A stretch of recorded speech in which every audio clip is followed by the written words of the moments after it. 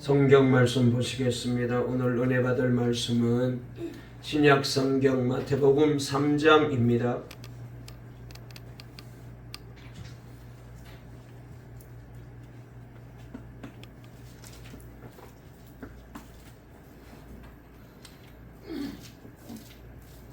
신약 성경 마태복음 3장 1절 말씀부터 4절 말씀까지 말씀을 같이 읽도록 하겠습니다. 신약 성경 3페이지에 있는 말씀입니다. 마태복음 3장 1절부터 4절까지 우리 영상으로 예배드리는 분들도 다 같이 읽겠습니다. 다 같이 읽겠습니다. 시작. 그때에 세례 요한이 이르러 유대 광야에서 전파하여 말하되 회개하라 천국이 가까이 왔느니라 하였으니 그는 선지자 이사야를 통하여 말씀하신 자라. 일렀으되 광야에 외치는 자의 소리가 있어 이르되 너희는 주의 길을 준비하라 그가 오실 길을 곧게 하라 하였느니라. 이 요한은 낙타 토롯을 입고 허리에 가죽띠를 띠고 음식은 메뚜기와 석청이었더라. 아멘. 오늘 이 시간에도 이 말씀을 통하여 하나님의 놀라운 은혜가 우리에게 임할 줄 믿습니다. 우리 앞뒤 좌우에 있는 분과 인사 나누실까요? 다시 한번 이렇게 인사하십시다. 감사는 모든 암도 이깁니다. 감사는 모든 염려도 이깁니다. 감사하면 하나님이 복 주십니다. 예배를 통하여 주님을 만나세요. 오늘 설교 제목 한번 따라해 보실까요? 광야의 사람으로 살아가기. 오늘 이 제목으로 말씀을 전할 때에 우리 하나님께서 우리 모두에게 은혜 주시고 복 주실 줄 믿습니다. 여러분, 우리가 이제 여러 나라를 가보게 되면은 광야를 우리가 지날 때가 있습니다. 지금도 이스라엘과 저 중동이라든지 몽골, 아프리카 등을 여행을 해보게 되면은 여러 광야를 우리가 경험하게 됩니다. 거기서 어렵게 유목민으로 살아가는 그런 사람들을 만나게 됩니다. 우리처럼 첨단 문명 사회에 깊숙이 들어간 사람들의 눈에는 저들의 삶은 정말로 왜 저렇게 사나 싶을 정도로 불편하기 짝이 없는 그런 삶을 사는데도 저들은 행복해하고 만족해하며 살아가는 것을 보게 됩니다. 우리는 수도꼭지를 틀어서 물을 펑펑 쓰지만 저들은 씻을 물은 물론이고 마실 물조차도 넉넉하지 못한 그런 환경 속에 살아가고 있습니다. 가축에게 먹일 풀과 물을 찾아서 수시로 이동을 해야 됩니다. 하루 24시간을 생존 문제를 해결하는 일에 전부 쏟아 부어야만 겨우 하루하루를 살아갈 수 있을 정도입니다. 그런데 그들의 삶은 불행할까요? 그리고 그들과 비교할 때에 왕처럼 사는 우리는 저들보다 10배는 아니라 하더라도 2배 정도는 더 행복할까요? 여기에 대해서 아무도 자신 있게 말할 수 없을 겁니다.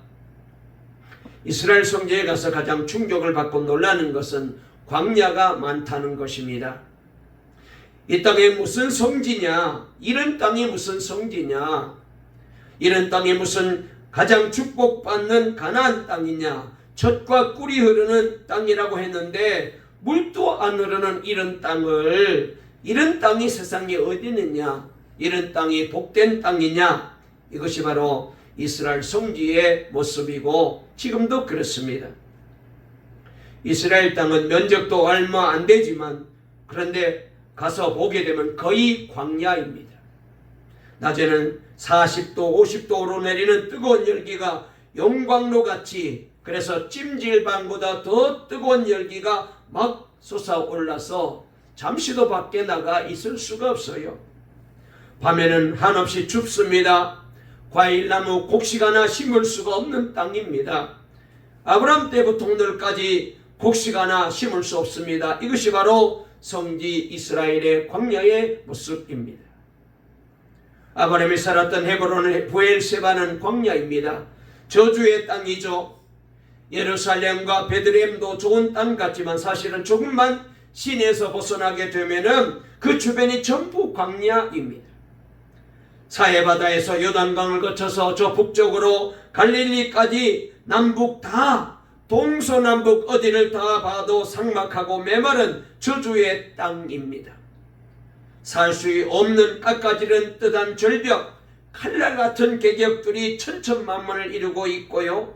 높은 데서 돌 하나 구르게 되면은 몇백 미터 아래로 곧장 떨어지게 됩니다. 전갈과 뱀이 있는 그 광야, 이스라엘은 거의 다 광야로 보아야 됩니다. 왜 하나님은 이곳으로 아브라함을 부르시고 왜 이곳으로 선민 이스라엘을 이끌어 들였을까요? 오늘날까지 유대인들은 왜 이 땅을 이렇게도 좋아하고 저 미국이나 영국같이 좋은 나라에 살면서도 이스라엘의 꿈은 시오니즘입니다. 아랍 사람들이 살고 있는 동예루살렘을 비롯하여 팔레스타인이 살고 있는 서안지구, 헤즈볼라가 살고 있는 가자지구를 다시 찾으려고 계속하여 지금도 헤즈볼라와 전쟁 중에 있지 않습니까? 그 땅에 들어가려는 것이죠.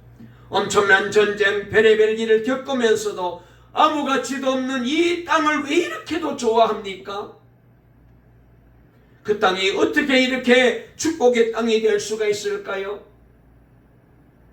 그러나 앞서 제가 말씀드린 이 모든 내용은 우리가 그냥 눈으로 보기에만 그렇게 보여지는 것입니다. 그런데 이 땅을 그렇게 보아서는 안 돼요. 이스라엘의 힘은 바로 이 광야에 있거든요. 광야는 성경이 말해주는 바로 모든 신비한 숨은 비밀이 말할 수 없이 숨겨져 있는 거룩한 영적인 보고의 땅이에요. 이스라엘의 축복과 능력은 바로 이 광야에 있어요.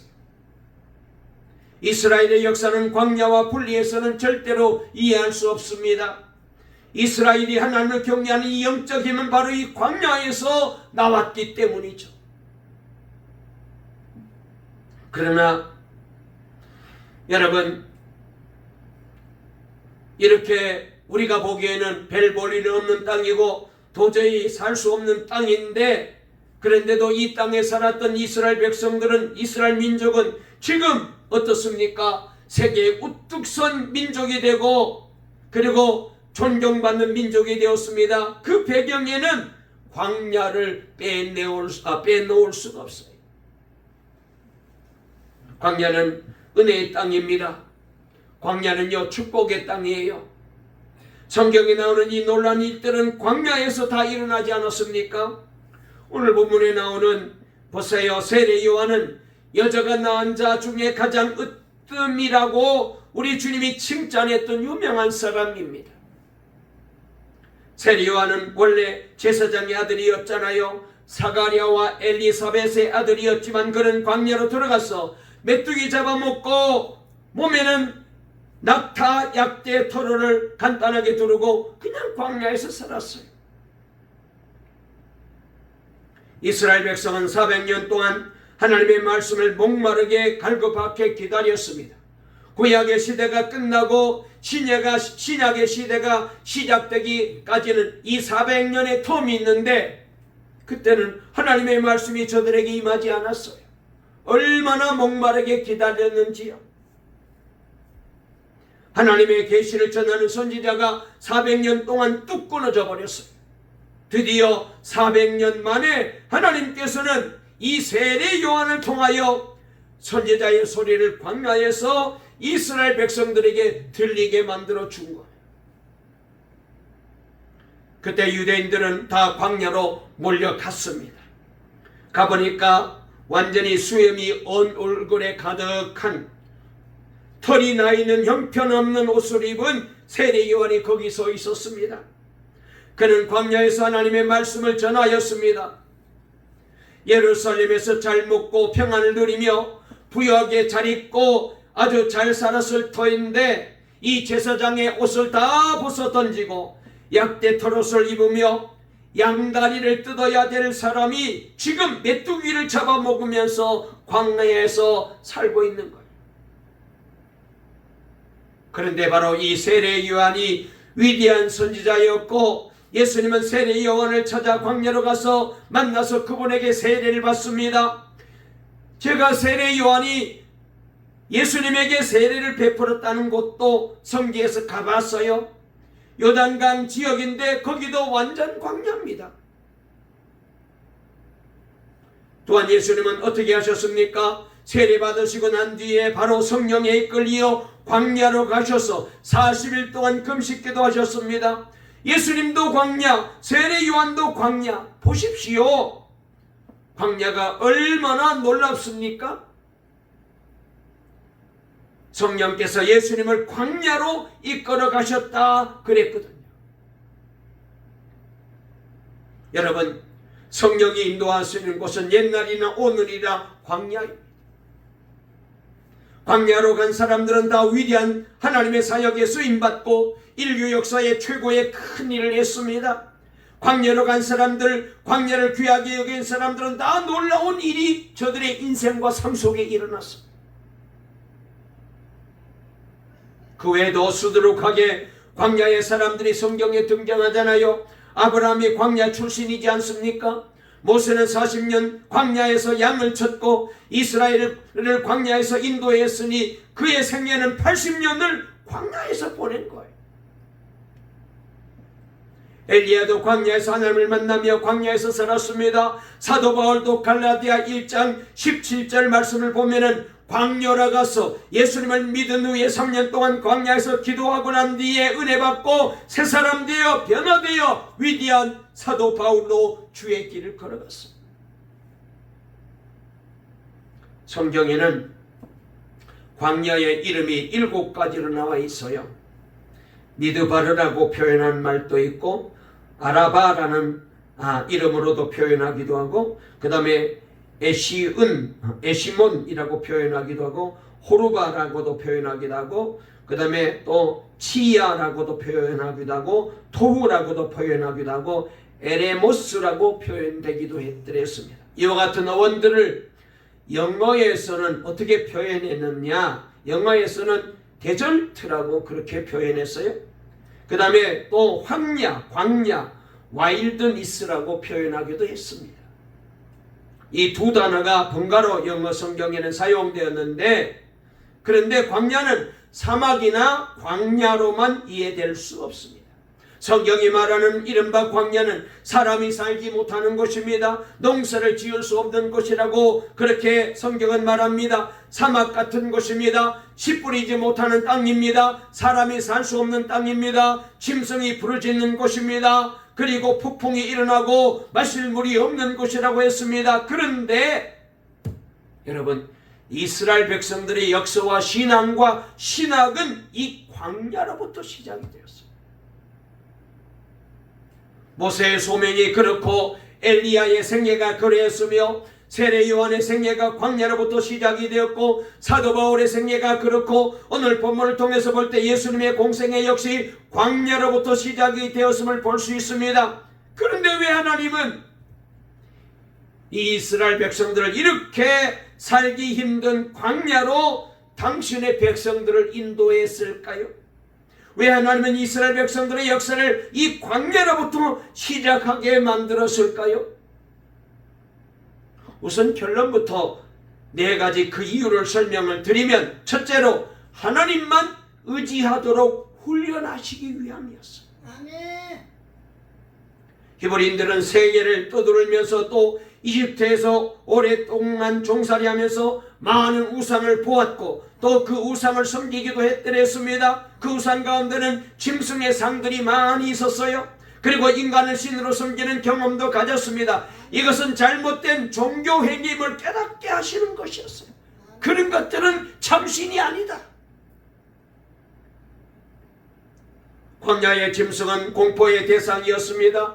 광야에서의 인간은 너무나도 위약한 존재였습니다. 짐승도 그러고 인간도 다 쓸모없는 것이다. 신의 대상이 아니다. 해갈이나 기근, 더위와 추위 등 인간의 근본적인 문제를 해결할 수가 없습니다. 광야에서 이스라엘 백성들은 사방을 둘러봤습니다. 산도 들도 그들의 안전을 도모해 주지 못했습니다. 오직 하나님만이 저들의 삶에 도움이 되고 저들을 지켜주시고 저들을 인도하시고 저들을 보호해 주시고 저들을 구원해 주시는 하나님이심을 거기서 저들이 발견한 거예요. 그래서 하나님만 의지하며 살아야 되겠구나. 저와 여러분도 하나님만 의지하며 사시기를 주의 이름으로 축원합니다. 두 번째로 왜 광야로 저들을 끌고 가셨을까요? 광야는 하나님의 능력을 의지하도록 훈련시키는 훈련 장소입니다.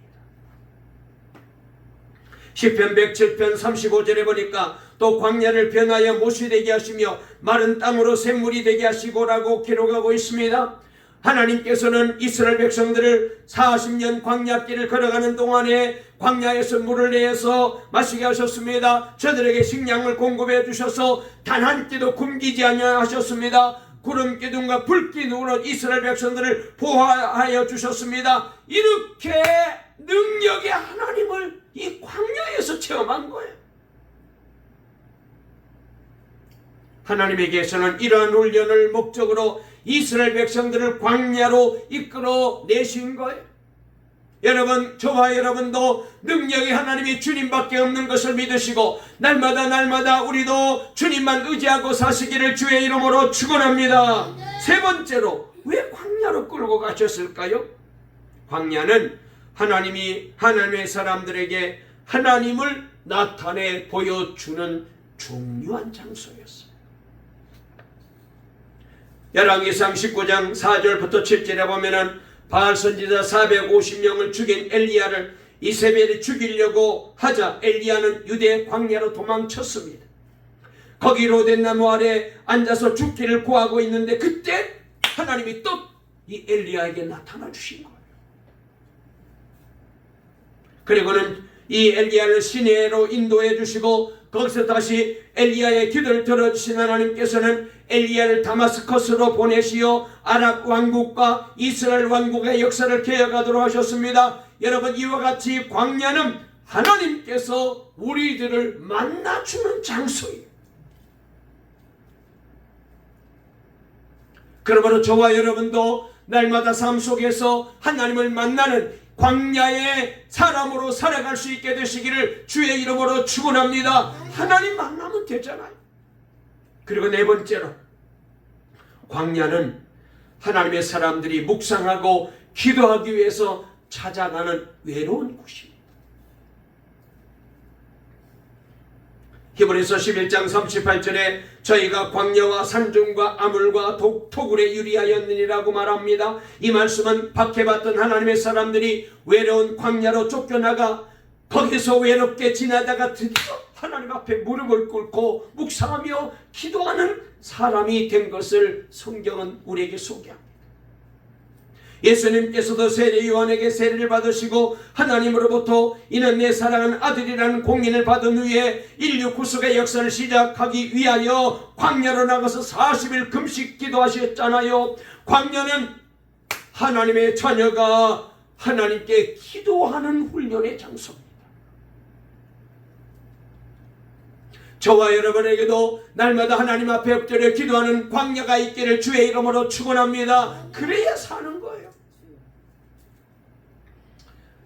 오늘 이 설교 시간에 이 찬양을 좀 불렀으면 했는데 아직까지 잘 익숙하지도 않고 우리 사모님도 아직은 잘 부를 수가 안 되고 준비가 안 됐다 그래서 그냥 제가 가사만 이제 일러드리겠는데요. 광야를 지나면 아마 우리 성도님들 이 찬양을 아마 듣다가 많이 들으셨을 거예요. 가사가 제가 이 가사를 이제 찬양을 들으면서 얼마나 울었는지 몰라요.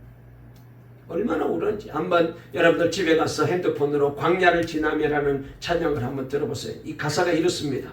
왜 나를 깊은 어둠 속에 홀로 두시는지, 어두운 밤은 왜 그리 길었는지, 나를 고독하게 나를 낮아지게 세상 어디도 기댈 곳이 없게 하셨네.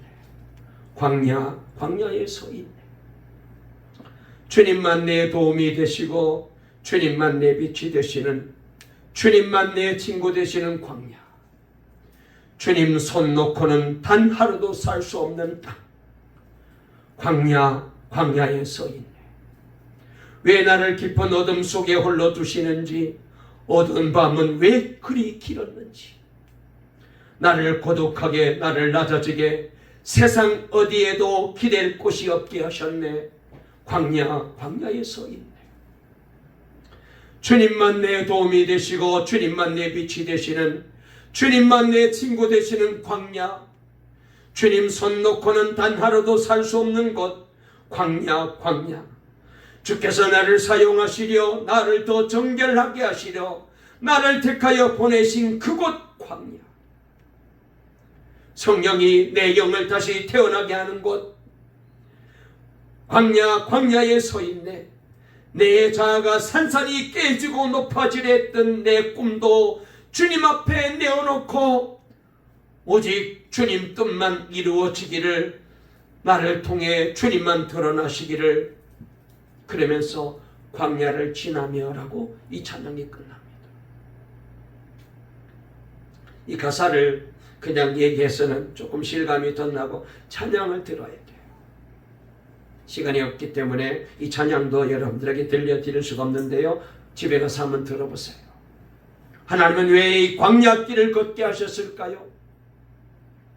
하나님은 이스라엘 백성들을 출애굽한 후 광야로 인도하십니다. 그곳에서 혹독한 훈련을 시키셨습니다. 하나님께서 사랑하는 백성에게 고난을 허락하여 광야로 인도하신 것은 결코 저주가 아니에요. 하나님의 사랑은 광야에 더 세심하게 드러나거든요.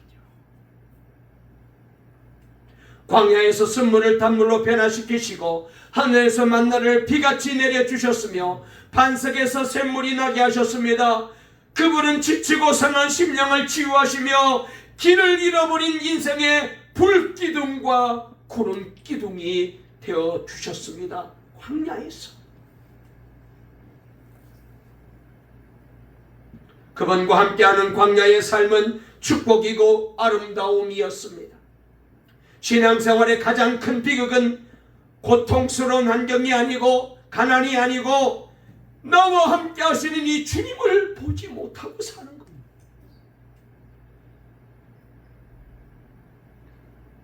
인생의 광야를 잘 통과하는 방법은, 광야길에는 반드시 끝이 있다는 것을 기억해야 돼요.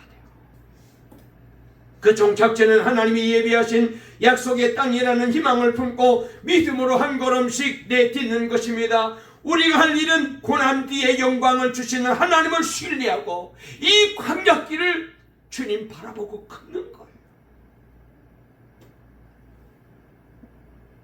여러분, 우리가 가야 할 곳은 어디입니까? 광야입니다. 광야는 메마른 곳입니다. 삭막한 곳입니다. 그러나 영적으로는 시냇가에 심은 나무와 같은 곳입니다.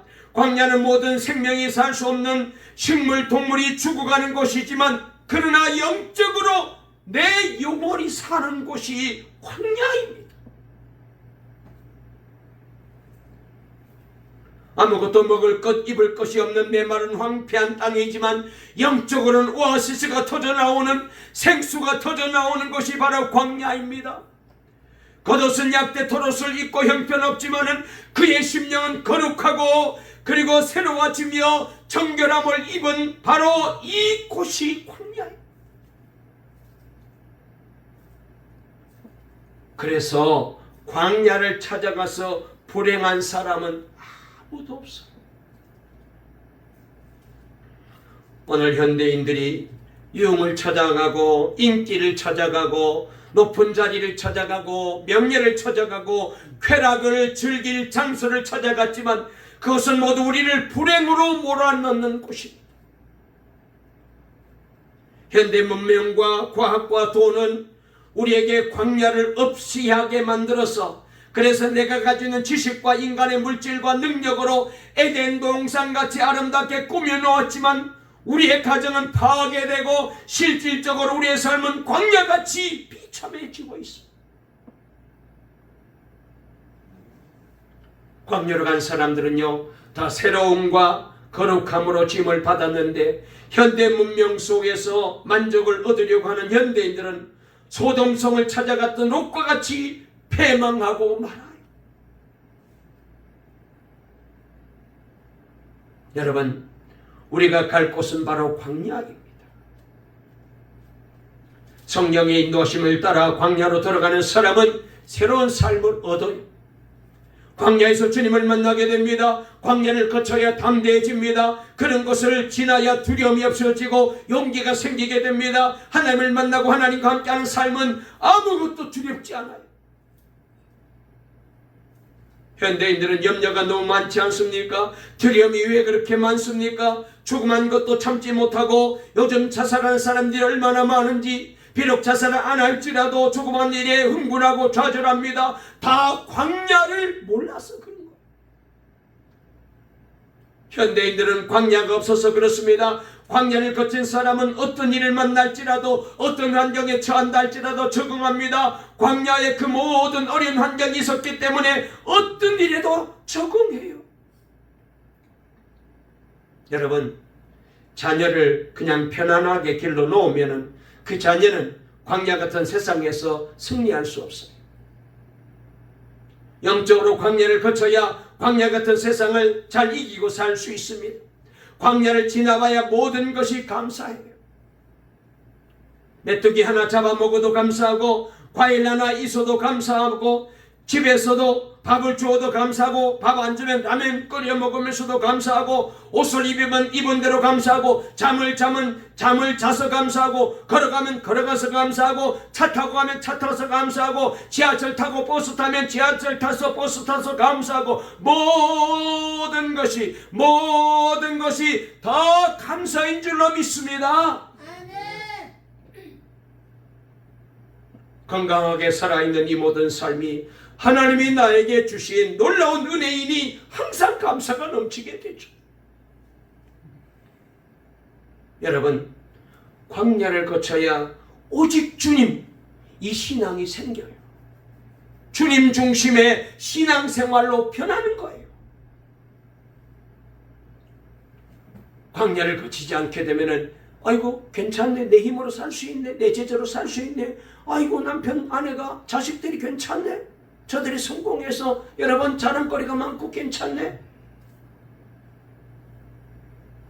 자꾸 내가 크게 보이고 사람이 크게 보이고 가지고 있는 조건이 크게 보이는 거예요.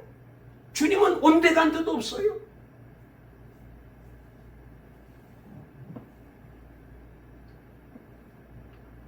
여러분, 주님은 오늘 또 우리에게 말씀하십니다. 내가 너의 주인이야.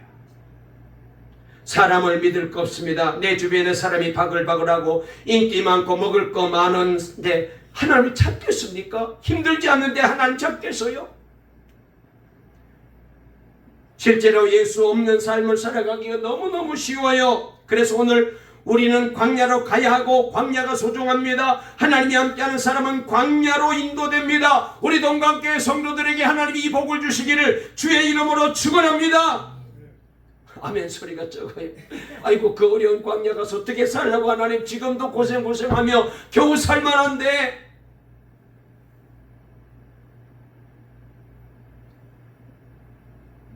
여러분, 교회는요 항상 광야와 같이 있어야 돼요.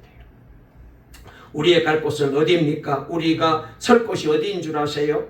한국교회가 살려면은, 우리 모든 성도들이 살려면은, 영적으로 승리하려면은 광야로 가야 됩니다. 광야에 가서 기도해야 됩니다. 광야에 가서 부르짖고 회개해야 됩니다. 그러면 우리는 다 살아날 수 있는 줄로 믿습니다. 아멘.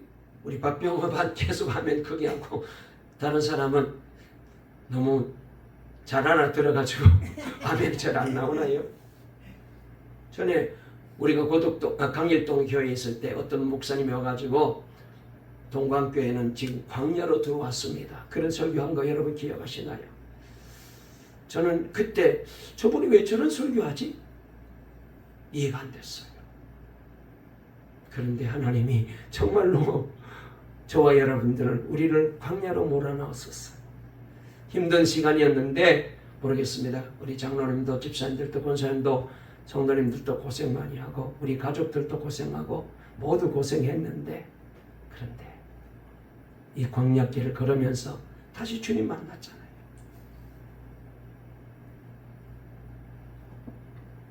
광야에서 눈물 흘리고 광야에서 회개하며 광야에서 성령 충만한 사람은 이 세상에서 하나님의 영광을 드러내고 복음을 전하는 증인으로 사명을 다 감당하고 하나님의 몸된 교회에서 충성하는 기둥 같은 성도가 될 수 있어요.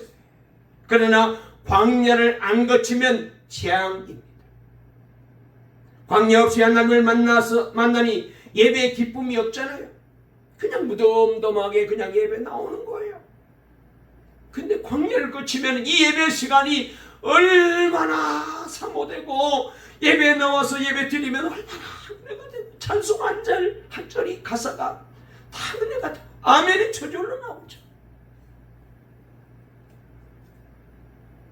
광야를 떠나서 주님을 만나지 않고 세상으로 나가니 만신창이가 됩니다.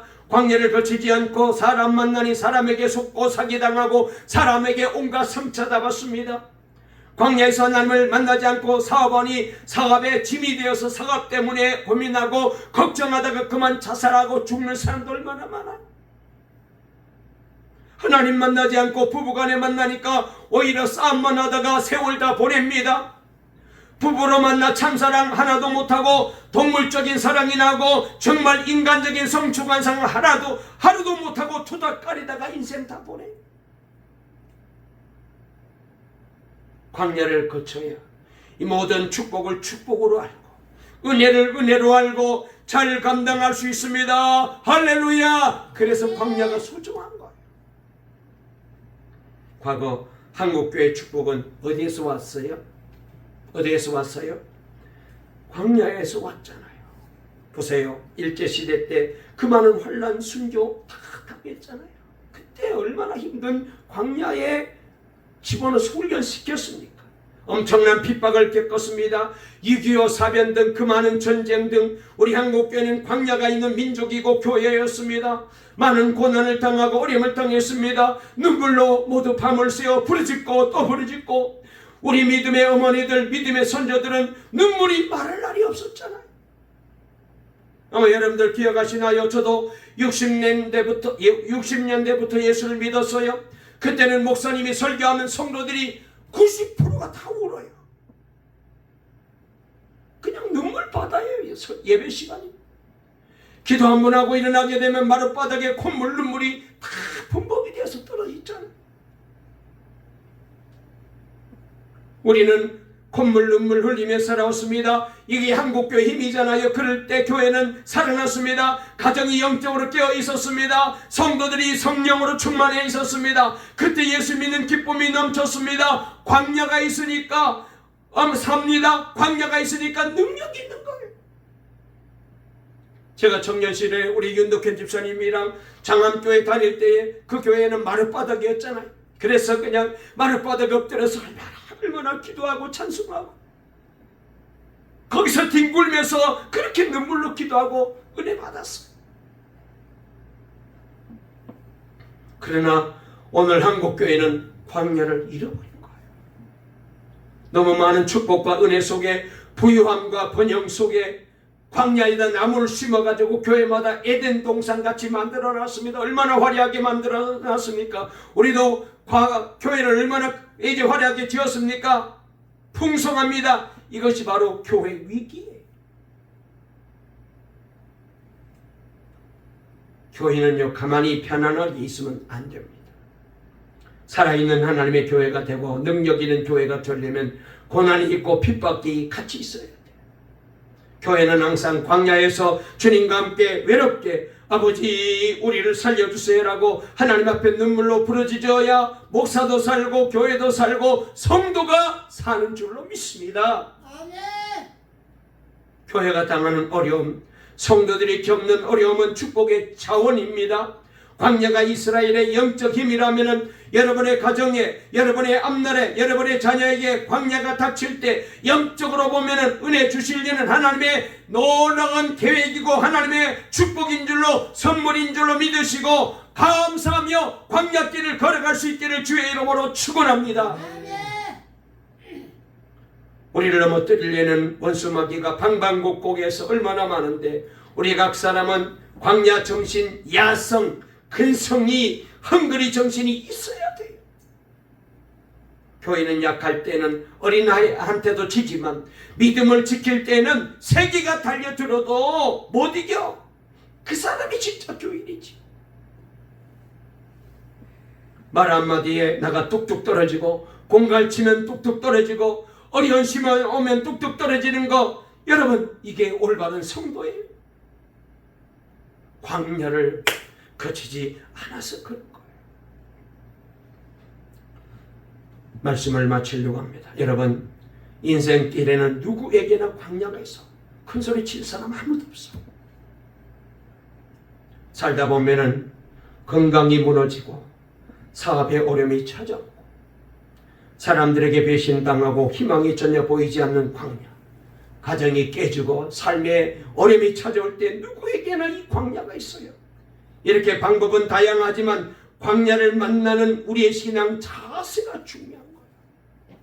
광야는 하나님의 백성들로 하여금 하나님을 신뢰할, 하나님만을 신뢰할 수 있도록 연단하는 하나님의 학교입니다.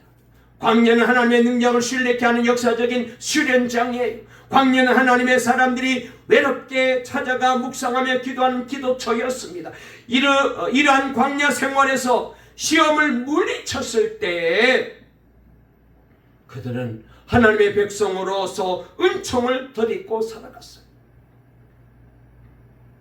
광야 기간 하나님을 신뢰하며 기다린 자에게 예비하신 하나님의 은혜가 있었습니다.